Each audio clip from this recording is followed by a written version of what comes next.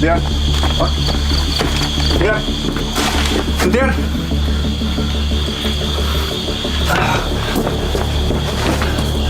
Em sao vậy? Trời.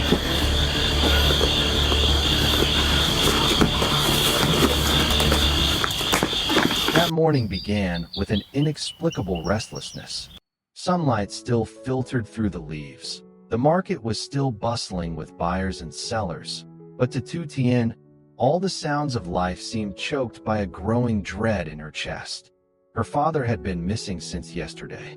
No message, no sign left behind. He had only said he was going out to the commune to visit a friend, and then silence. Jack had come early. Without needing many words, he immediately understood the gravity of the situation. They began their search like people clinging to the last fragile thread, following every small clue. Even though they knew the slimmer the hope, the greater the despair grew.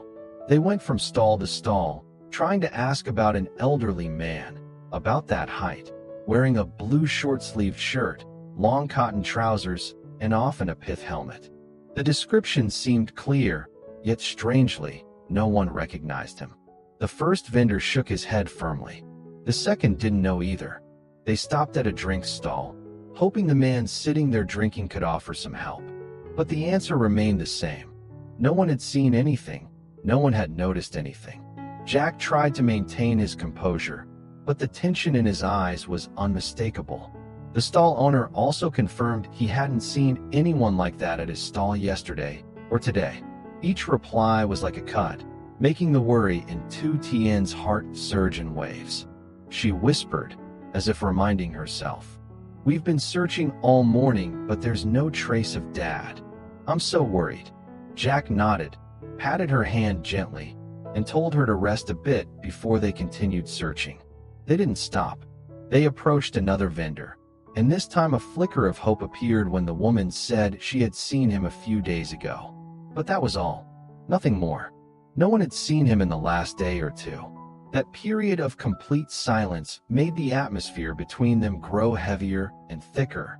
Jack suddenly turned and asked, "Tien, do you have a photo of your dad?" She replied, "I do." So they decided to change their approach. Head to the larger market nearby, where there were more people, hoping for more clues. They showed the photo and asked everyone they met. One man shook his head, but seemed hesitant. "I saw the old man pass by here, but that was several days ago. Yesterday and today, I haven't seen him." A woman selling vegetables nearby confirmed the same thing. These statements weren't enough to draw any conclusions, but they were enough to plant a shapeless unease in Tien's heart. Finally, after many fruitless hours, Jack stopped. He looked at Tien, her face tired with worry, her eyes reddened from holding back tears, and said softly, "Tien, just searching like this isn't the way. Let's go home and rest. I'll find another way to look for your dad. You're tired." On the way back, Jack still tried to comfort her. "Don't think too much about it. Maybe your dad just went somewhere with friends and is staying at someone's house, just taking a bit longer to return." But Tien was silent, then suddenly told him something that made her even more disturbed. "Jack, the other day, I went to the market, forgot my bag, so I went back to get it. When I got home, I saw some strangers standing on the porch. They didn't look like people from our neighborhood. They had tattoos all over their arms. I was really scared. They looked like kidnappers." Jack frowned slightly, but he didn't let her continue. "All right, that's enough. Don't let your imagination run wild anymore. I'll look into this carefully, but I believe nothing bad has happened. Maybe your dad is just somewhere else." Tien nodded, but her heart was still turbulent. She gave Jack her father's phone number, and they both tried calling. But the other end only echoed with a cold, automated voice. "The subscriber you have dialed cannot be reached." She couldn't hide her despair, but Jack still tried to stay calm. Before leaving, he told her to go inside and rest. "I have some urgent business to attend to, but I promise, if there's any news, I'll let you know immediately." Tien just nodded softly. She didn't try to hold him back, only silently watched him walk out of the gate. Alone in the yard, she looked towards the fence where her father used to stand every afternoon, a broom in his hand, telling her to make tea. Now everything was empty, and in that emptiness, fear began to grow, like gray clouds gathering, shrouding the distant hills. Never before had Tien been so afraid of the silence, and never before had she longed for a phone call, more than at this moment. After saying goodbye to Tien, Jack immediately set off and stopped by the house of his old friend Lynn, a traditional medicine practitioner from a family lineage. After many years apart, they were delighted to reunite, sitting over a pot of hot tea and reminiscing about their school days, their conversation interspersed with laughter and a touch of nostalgia. Jack shared that he was nurturing a plan to open a traditional medicine clinic and expressed his desire to learn from and collaborate with Lynn, someone with over a decade of experience specializing in difficult cases. Lynn recounted her simple life, her wife and child, her stock of over 200 medicinal ingredients, and the patients she had successfully treated. The two discussed sources of precious medicinal herbs, the processes of harvesting and drying medicines, and their shared belief that finding the right healer and the right medicine is the core principle of healing. In the midst of their conversation, Jack recognized a familiar Indian coral tree, Erythrina variegata, the very plant that had once helped cure his nephrotic syndrome years ago, thanks to a remedy from Lynn's grandmother.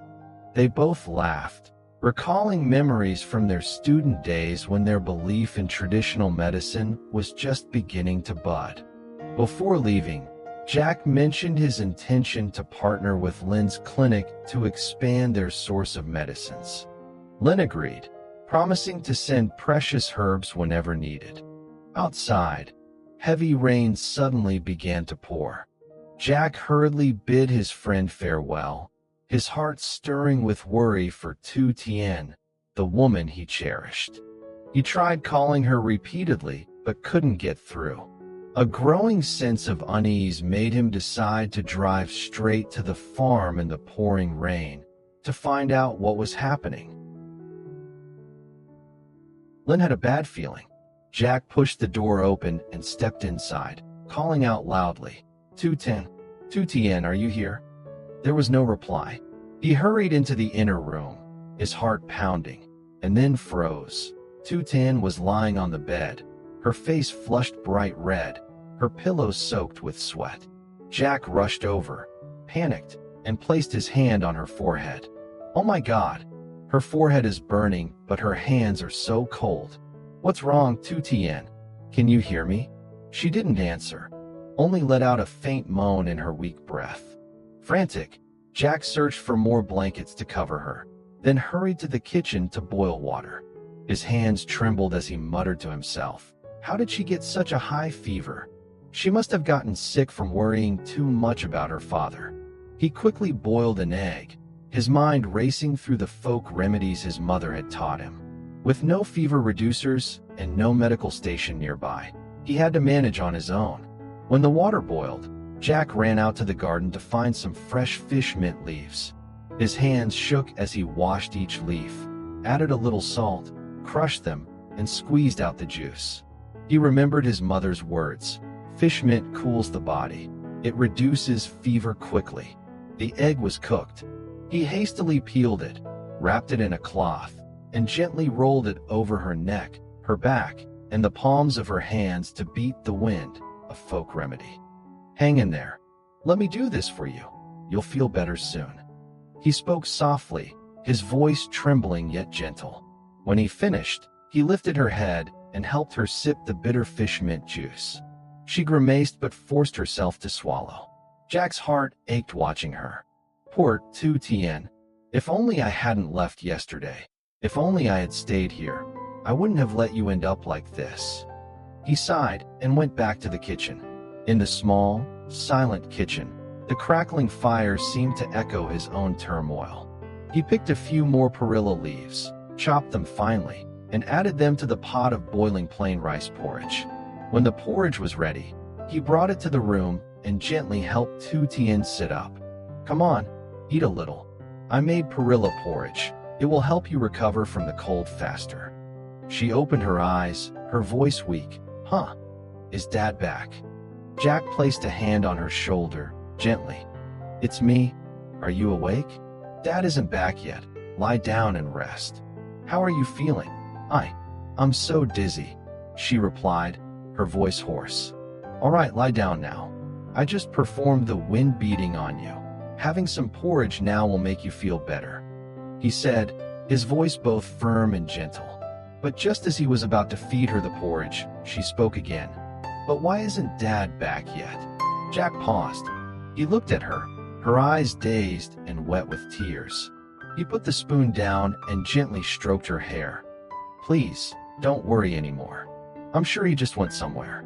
Tomorrow I'll ask around more carefully. For now, you need to rest. You're very weak. Tears welled up in her eyes. I'm just afraid. Something has happened to Dad. It's okay, Jack said, his voice as soft as the evening breeze. Your dad is strong. Trust me, everything will be fine. He gently wiped her tears and continued feeding her the porridge. Here, eat up. You need to finish this bowl to get your strength back. She tried to eat small spoonfuls. Jack, you're feeding me like a child. She forced a weak smile. Jack smiled too, but his eyes were filled with pity. So what if you're like a child, as long as you get better? He checked her temperature again and felt her forehead was less hot. It's better now. I'm so relieved. Earlier I gave you the fish mint juice and performed wind beating. Your fever has gone down now. Tien whispered.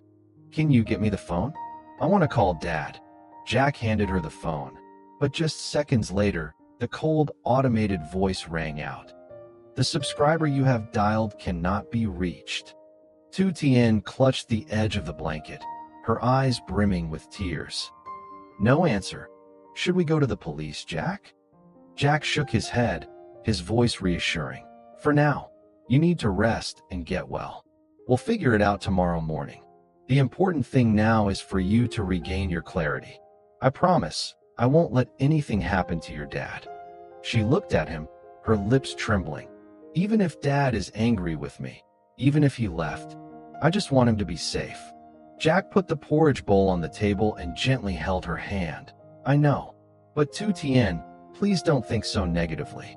Both you and I, we will find him. Right now, you just need to get better. Because if you collapse, who will be here to wait for news of your dad?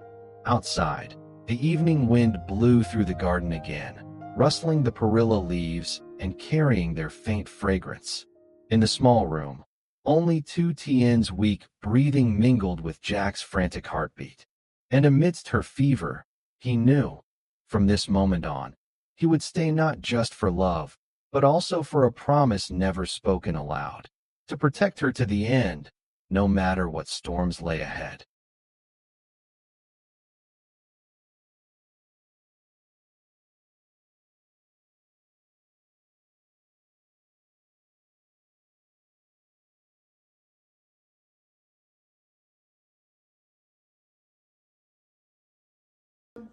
Hoặc buồn tủi, tâm lý trầm cảm, lo lắng hoặc các vấn đề về tâm lý khác dẫn đến các cảm giác buồn và lý tử điệp, cảm giác buồn và cô đơn kéo dài, thiếu động lực để và hứng thú với các hoạt động thường ngày, cô lập bản thân với người khác và tránh các hoạt động của xã hội, giấc ngủ kém và mất ngủ, chế độ ăn uống kém hoặc thiếu dinh dưỡng.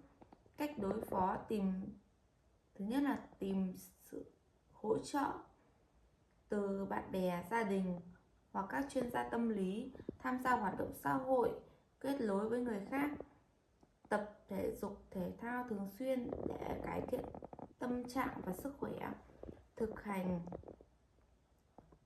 hành và ngồi thiền để giảm căng thẳng, cải thiện tâm trạng, viết nhật ký và để thể hiện sự suy nghĩ và cảm xúc của mình.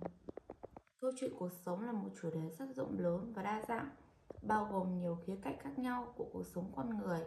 Dưới đây là một số ý tưởng về